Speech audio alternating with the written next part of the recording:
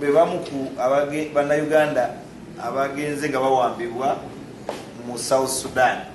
Twakakufunako bataano naye omuyiggo gukyagenda mu maaso okulaba nga bonna abagenze nga babula mu ngeri ey'enjawulo, kubanga kati bano booti baalina mu kifo kimu, waliwo abaagulira mu baasi abo balinga 20 tetunnaba kubafuna, naye bano bo baali bavuga motoka zaabwe, buli omu yeesanga ng'agudde mu ambush ne bamutwala ku lulwe.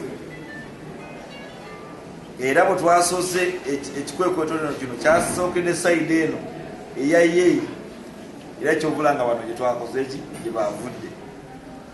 Kale nno bali bataano: Dawuda Sebandeke, Walusimbi Hamidson, Swaibu Nyalubo, Hassan Mulika